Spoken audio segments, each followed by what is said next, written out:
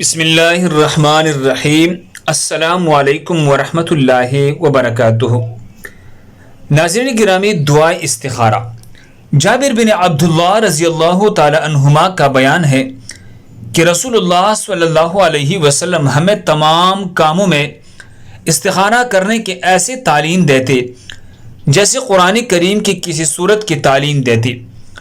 آپ صلی اللہ علیہ وسلم فرماتے، جب تم میں سے کوئی شخص کوئی کام کرنا چاہے تو فرض نماز کے علاوہ 2 رکعت نماز پڑھے، پھر یہ دعا پڑھے: اللہم انی استخیرک بعلمک واستقدرک بقدرتک واسألک من فضلک العظیم فإنک تقدر ولا اقدر وتعلم ولا اعلم وانت علام الغیوب اللہم ان کنت تعلم ان هذا الامر خیر لی فی دینی و معاشی و عاقبت امری فاقدرہ لی ویسرہ لی ثم بارک لی فیہ و ان کنت تعلم ان هذا الامر شر لی فی دینی و معاشی و عاقبت امری فاصرفہ عنی واصرفنی عنہ واقدر لی الخیر حیث کان ثم ارزنی بہ۔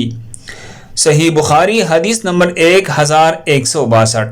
اللہ ہم سب کو اس پر عمل کرنے کی توفیق عطا فرمائے۔ دوسری مسلمانوں کے فائدے کے لیے آگے ضرور شیئر کریں۔ اس طرح مزید خوبصورت وظائف اور احادیث کے لیے ہمارے چینل کو سبسکرائب کریں۔ جزاکم اللہ۔